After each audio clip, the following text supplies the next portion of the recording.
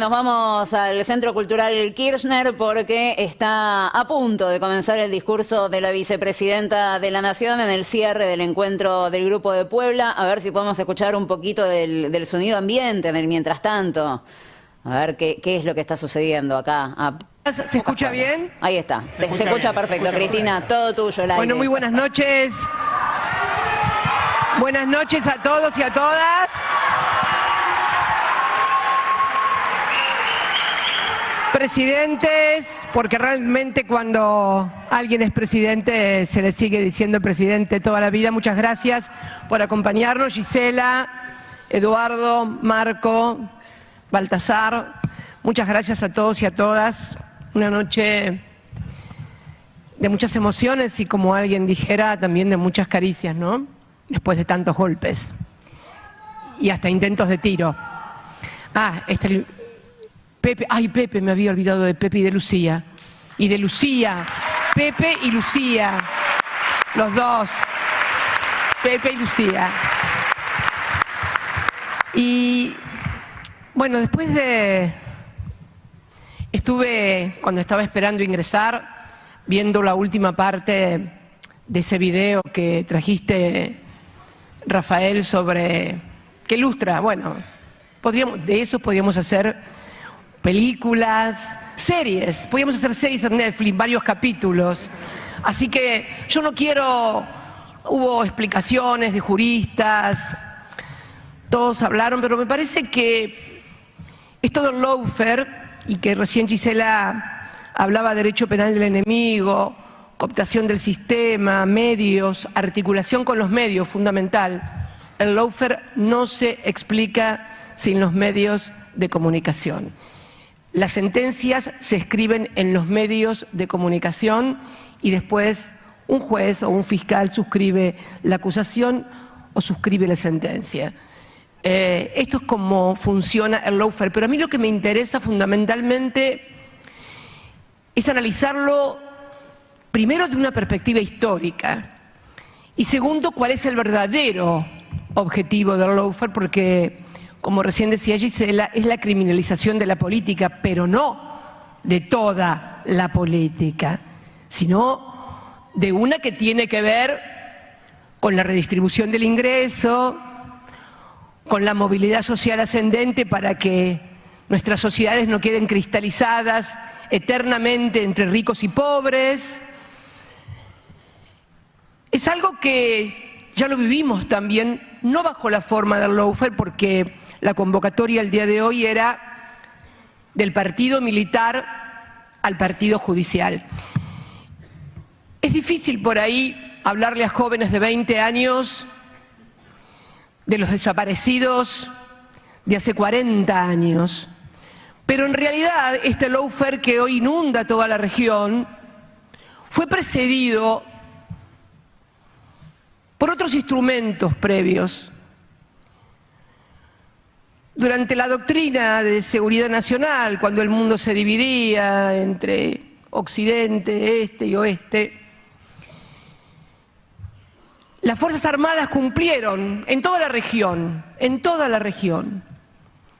el rol de interrupción de los procesos que hoy se denominan populistas y que toda la vida fueron los procesos nacionales, populares y democráticos que vienen desde la historia misma de la construcción de nuestras nacionalidades en la América del Sur, tiene que ver con esto. ¿Qué era el partido militar? Bueno, lo que pasó en el 76, se interrumpe un modelo de acumulación que había surgido allá después de las guerras en la República Argentina y que simbolizó por sobre todas las cosas el peronismo, que fue esencialmente la movilidad social ascendente. Yo soy hija de esa Argentina, de la Argentina de la movilidad social ascendente, donde la hija de trabajadores, un hijo de un trabajador, accedía a la universidad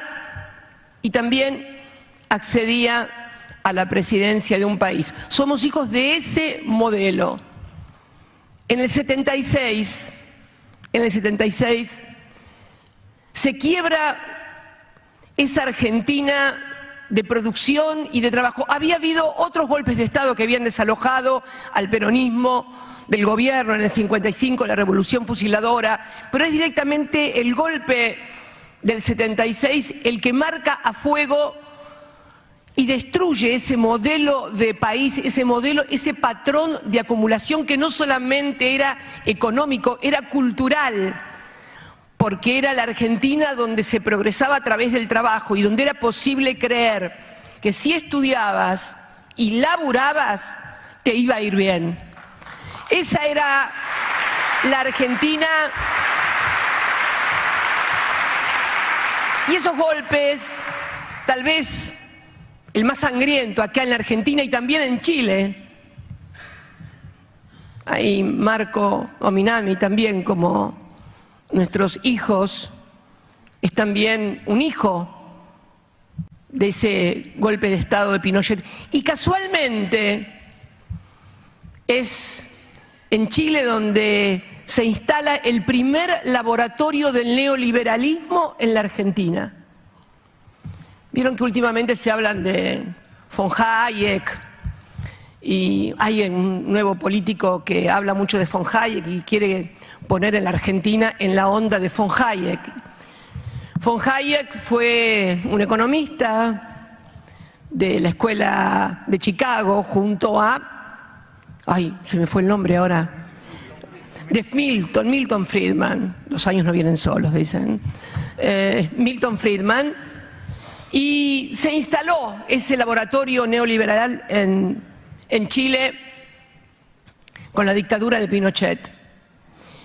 Luego vino otro neoliberalismo, vino una ola de neoliberalismo en toda la región con las privatizaciones, pero fue el golpe militar el que quiebra ese patrón de acumulación, esa cultura, y surge y se reafirma a partir de allí la economía bimonetaria en la Argentina.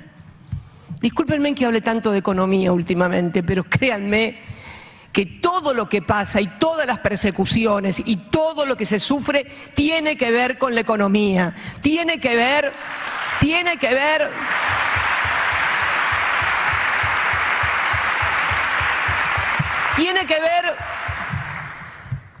con esa Argentina que un 25 de mayo del año 2003 vino a reconstruir nuevamente lo que yo denomino el Estado democrático constitucional. Un hombre con apenas el 22% de los votos construyó esa Argentina que venía de muchas tragedias, de la tragedia de la dictadura, de la tragedia de las privatizaciones, del modelo neoliberal. Y fue precisamente que junto con esa reconstrucción también hubo una reconstrucción de memoria, verdad y justicia, porque parte de esta persecución de la que tal vez yo, porque lo represento, tengo el mayor grado de representación de ese espacio, se encarnizan conmigo, porque no solamente es la economía, sino también lo que pudimos construir en materia de derechos humanos en la República. No nos van a perdonar nunca, nunca. No nos van... Todavía recuerdo esa tapa de página 12, que está allá en el mausoleo en Río Gallegos, donde el genocida decía que su peor época, Videla, ¿no? Su peor época había llegado con los Kirchner. No lo voy a olvidar nunca.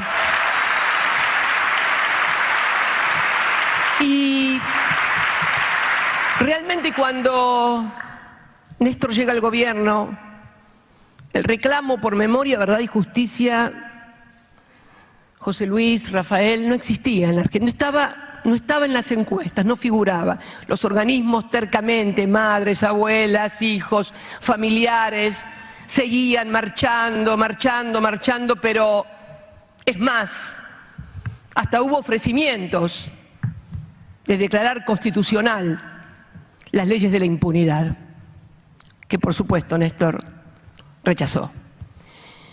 Y yo tuve, José Luis, queridos presidentes, amigos, amigas, el honor de ser una legisladora de las que votó precisamente por la nulidad de esas leyes de la impunidad. Y la verdad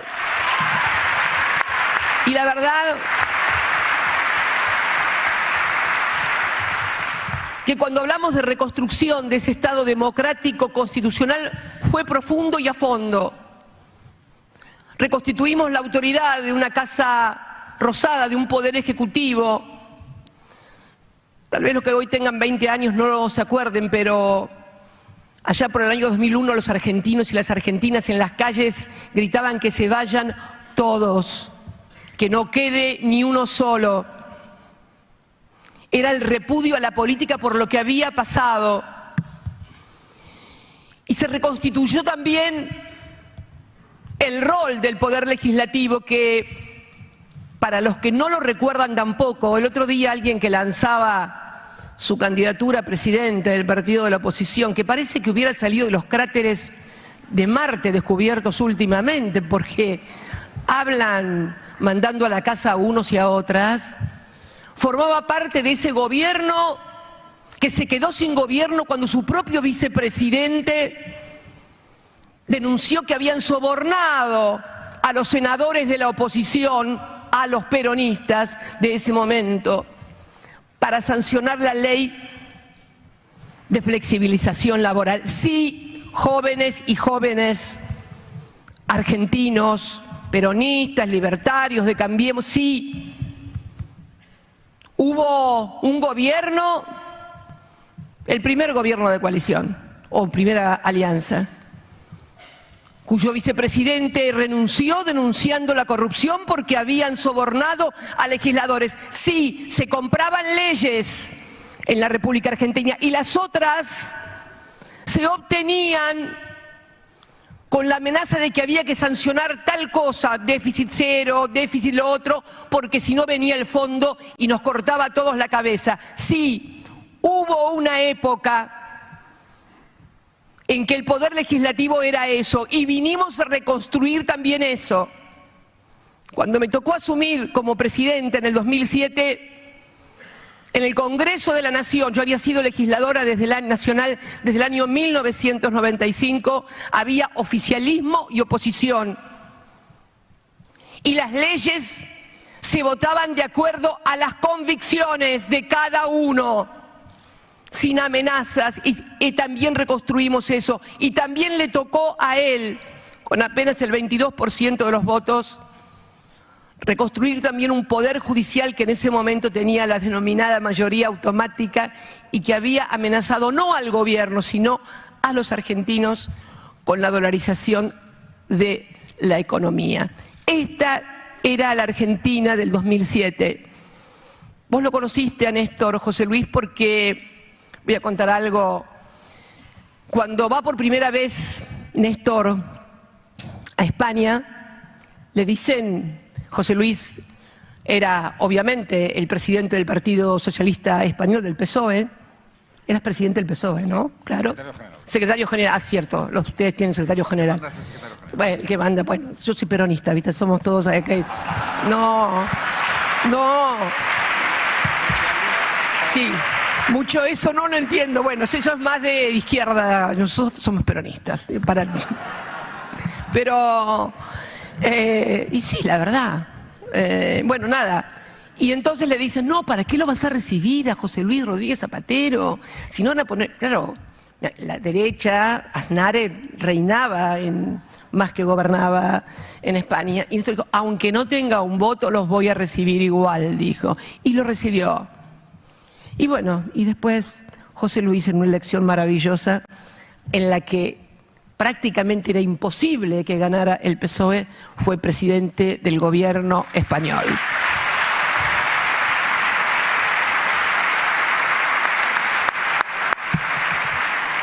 Digo... Sí, pero cuando salía de la reunión me dijo, vas a ganar. Ah, sí, sí, vas a ganar, le dijo. Sí, él confiaba mucho en sus intuiciones, en sus sentimientos. Pero, ¿qué quiero decir con esto? Que se inició en el año 2003 la construcción de una nueva Argentina. Y no es un relato ni fundacional, ni como quieren decirlo, como que cada cosa... Y sí empezó una Argentina diferente, porque además ese hombre, junto con Lula en Brasil en simultáneo, decidieron pagarle al Fondo Monetario Internacional para que nunca más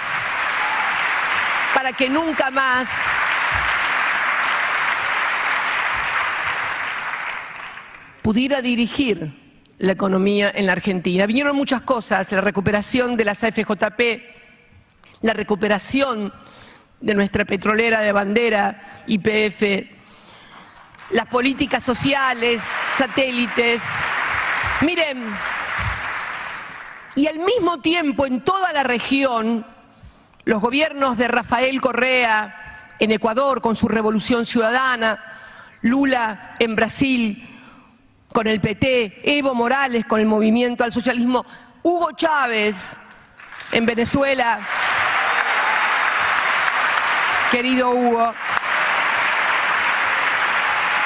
A mí cuando iba a Europa me preguntaban, pero los populismos ahí, el chavismo, el Pepe, el Frente Amplio en Uruguay, Fernando Lugo en Paraguay, fue la década virtuosa, no lo digo yo.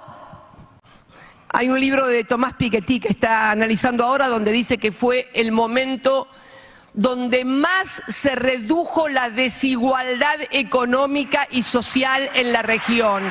Esta es la clave. Esta es la clave.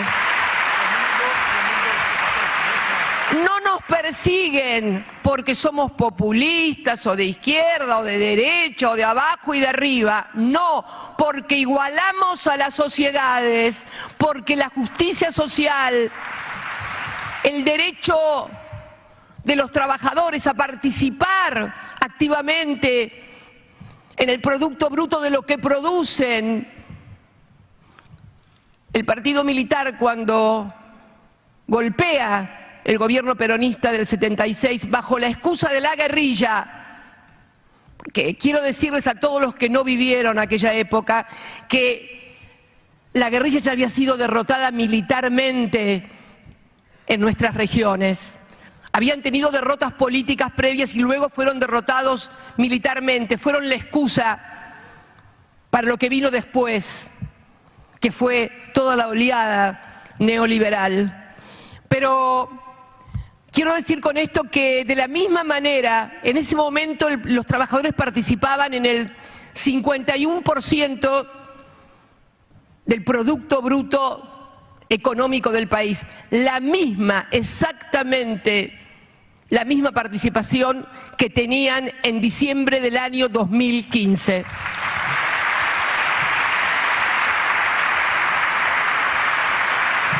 Durante 12 años y medio,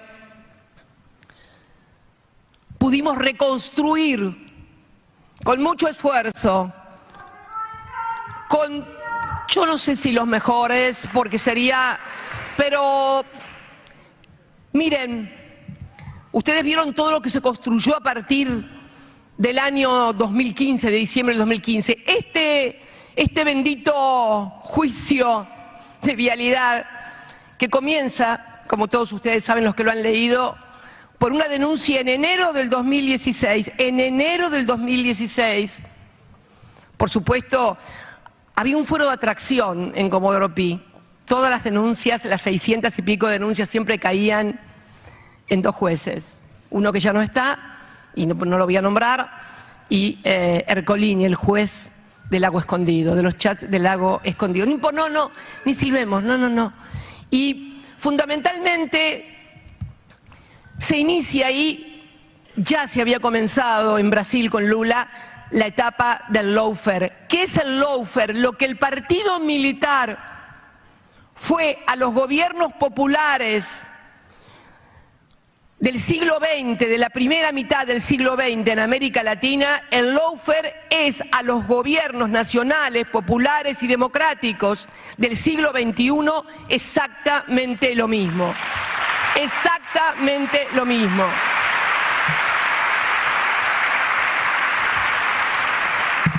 comienza a construirse algo. Miren, en estos días electorales que corren en la Argentina, uno puede recoger frases maravillosas, porque de aquella construcción que comenzaron a partir de la nueva oleada de neoliberalismo que comienza en diciembre del 2015 en la Argentina, que comienza también luego en Ecuador, que comienza con la destitución de Dilma en Brasil, comienzan a construir la teoría de que se robaron todo, se llevaron todo, están endeudados, tuvimos que volver a endeudar, tuvimos que contrajimos 100.000 millones de dólares de deuda para pagar la deuda de ellos. Claro, se olvidan de las cosas que dijeron. Yo quiero recordar alguna frase, tal vez si la podemos, la primera, la de Nicolás Dujovne, un ministro de Economía, José Luis, ministro de Economía que finalmente con el gobierno anterior terminamos en el Fondo Monetario Internacional, decía, cuando le tocó asumir como ministro, Argentina tenía niveles de endeudamiento bajísimos, tanto a nivel del gobierno como a nivel de las empresas, como el nivel de las familias. Hace unos días más, uno de los candidatos de la fuerza de la oposición que gobierna la ciudad, dijo que cuando asumió Macri en el 2015, cuando le preguntan si iban a sacar el cepo es la figura que no permite que cualquiera compre todos los dólares que nosotros lo tomamos como medida de administración en el año 2012 y era de 2.500 dólares por mes, ahora es de 200 dólares. Era diferente, dijo en el 2015. Había reservas en el Banco Central. Fíjense, no lo dije yo, lo dijo el jefe de gobierno de la ciudad, candidato. No se puede hacer lo mismo que se hizo en el 2015, porque en el 2015, cuando llegó Mauricio, había reservas en el Banco Central. Y ayer nomás, leyendo La Nación, vieron que yo siempre leo y que le traigo las novedades, no hay que leer, hay que leer, hay que leer, hay que leer a todos y escuchar a todos. Un reconocido economista radical, cuando le preguntan de los salarios, ¿cómo van a hacer con los salarios que hoy están tan rezagados, los salarios reales? ¿Cómo van a hacer si hay que hacer ajuste fiscal y ajuste monetario? Bueno, es que a diferencia del 2015, hoy los salarios reales están rezagados. Bueno, entonces, a ver.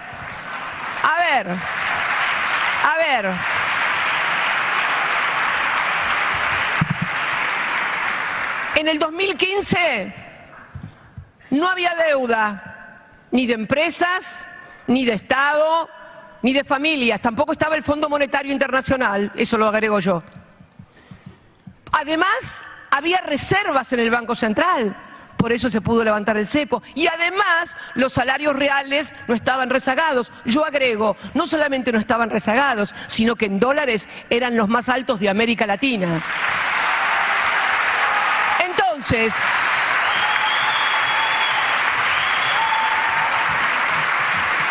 Entonces, muchachos, muchachas, si no había deuda, había reservas en el Banco Central y los salarios reales no estaban rezagados, ¿me quieren decir qué hicieron en 4 años que entregaron el país hecho percha en el 2019?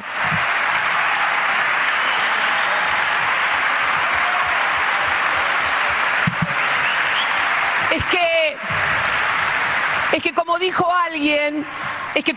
alguien, se puede engañar a todos durante un tiempo y se puede engañar todo el tiempo a algunos. Lo que no se puede es engañar a todos todo el tiempo. Y esto es lo que está pasando. Por eso, después del 2015, comenzaron inmediatamente a montar un relato sobre se habían robado un PBI. El PBI se lo llevaron ellos con el Fondo Monetario Internacional y todavía no sabemos a dónde está. Esto es para estigmatizar, para convencer, porque habían dicho también, los habían convencido a los argentinos, dijo un dirigente que luego fue presidente del Banco Nación o del Banco Central, no me acuerdo, los habían convencido a los argentinos que todos podían tener celular, que todos podían tener una televisión plana. Esto era esencialmente lo que venían a impugnar, a convencer que todo lo que se había logrado, todo lo que se había, era producto de dirigentes que eran corruptos, que habían robado, exactamente eso. Ahora bien, la estigmatización también tiene, y esta persecución también tiene otro objetivo. No es solamente el de volver a imponer un modelo económico, sino tiene otro gran objetivo, que es disciplinar. Disciplinar. ¿Disciplinar a quién, José Luis? ¿A quién, Rafael? A los dirigentes del campo nacional y popular. Y los disciplinan a disciplinar, a instalar el miedo. Porque ¿quién se va a animar otra vez a, por ejemplo, tareas como la de recuperar las FJP o recuperar YPF o decirle no al fondo? No. Esto no es, no, porque esto no es tarea de una persona. Esto es tarea de una sociedad y de fuerzas populares, nacionales y democráticas que deben organizarse también con la convicción y con la misma fe con la que recién José Luis decía que él tiene fe. Sí, no sé si va a tardar 1, 2 o 20 años, pero finalmente, la verdad siempre sale a flote. Y tal vez todos tengamos la sensación de que es todo muy injusto, y sí, es muy injusto. Pero es más injusto porque, en definitiva, este poder judicial que persigue a dirigentes políticos, en mi caso una expresidenta, bueno, son los riesgos de la política, de cuando uno decide jugar de un lado, sabe que no es gratis. Si vas con los otros y con los medios, no tenés problemas, te ven rubia, hermosa, alta, de ojos azules, no hay problema. El problema es cuando uno decide jugar del lado de los intereses del pueblo y de las grandes mayorías nacionales. Pero finalmente no debemos, porque también este sistema judicial, Baltasar, no solamente se utiliza para esto, porque hay también profundos segmentos y numerosos segmentos de la sociedad que también sufren la falta de un sistema judicial. Y este neoliberalismo que finalmente desplaza al Estado permite el ingreso del otro gran drama de nuestro tiempo, de nuestra región, de nuestras sociedades, que es el narcotráfico. Cuando desaparece el Estado, ha aparecido este fenómeno que es el narco que ocupa el lugar del Estado. Y finalmente nos quieren convencer que pelean contra el narcotráfico porque están presos los chicos o mujeres que andan en el narcomenudeo. No, miren, si tenemos que luchar contra el narcotráfico, primero tenemos que desarmar el sistema financiero, que es el que lava la guita del narco. El que lava la guita del narco.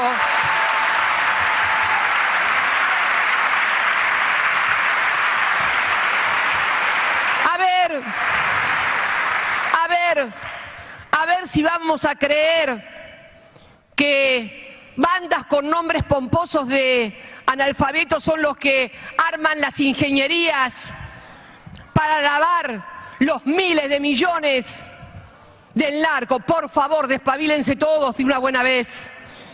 Entonces es necesario también recuperar un sistema judicial, no solamente por lo que nos pueda pasar a dirigentes políticos comprometidos con los intereses populares, sino también para enfrentar los dramas de nuestro tiempo que estamos viviendo, desde el narcotráfico hasta cuando vengan también por los recursos naturales.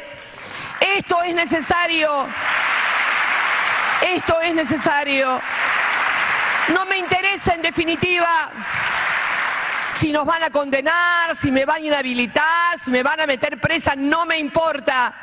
Lo que me importa fundamentalmente es que volvamos a reconstruir un Estado democrático y constitucional en el cual las garantías que establece la Constitución no sean cartón pintado. De esto se trata, volver a construir un país como el que alguna vez tuvimos, porque se puede hacer, porque una vez lo hicimos, y porque lo hizo el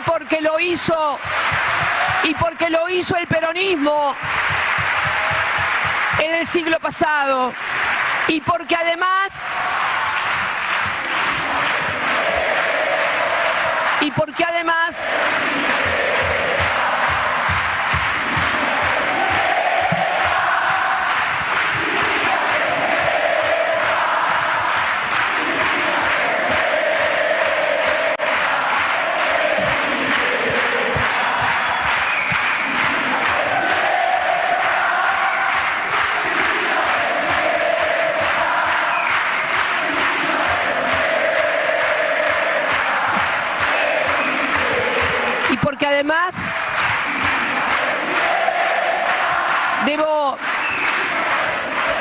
porque además lo hicieron también con la construcción de las patrias o de la gran patria latinoamericana durante el siglo XIX. Me encantó esa conjunción que hiciste de San Martín con Evita, Rafael, me pareció un hallazgo no solamente literario, sino histórico fundamentalmente, articular a San Martín. Me encantó, te aclaro que con lo que dijiste de Rosita Campuzano, deben estar persignándose todos aquellos que... ¿Y por qué? A ver, ¿por qué? ¿Por qué, Rafael? ¿Por qué? Te explico por qué. Porque siempre... Te explico por qué. Porque siempre cuando construyen a los próceres, se supone que los próceres no son hombres y mujeres de carne y hueso. ¿Por qué? Porque si todos advirtiéramos que San Martín, que Belgrano, eran hombres y mujeres como nosotros, que tenían o novio, o amante, o esposo, o hacían cosas que... Entonces se cae. ¿Y entonces por qué te tienen que denigrar? Porque si el prócer es alguien impoluto que está ya volando casi como un santo, y nadie de nosotros es un santo, y por lo tanto nadie se siente digno de emular a San Martín. Pero créanme que San Martín era un hombre como todos ustedes, nada más que tenía mucho coraje y mucho amor por la patria, que esto es lo que se necesita tener hoy y siempre. Coraje y amor por la patria. Muchas gracias a todos y a todas.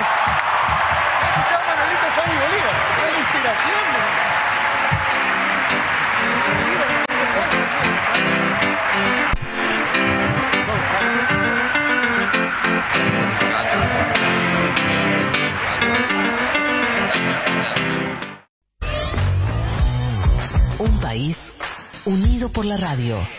El Destape Radio. 107.3. Nuestra radio.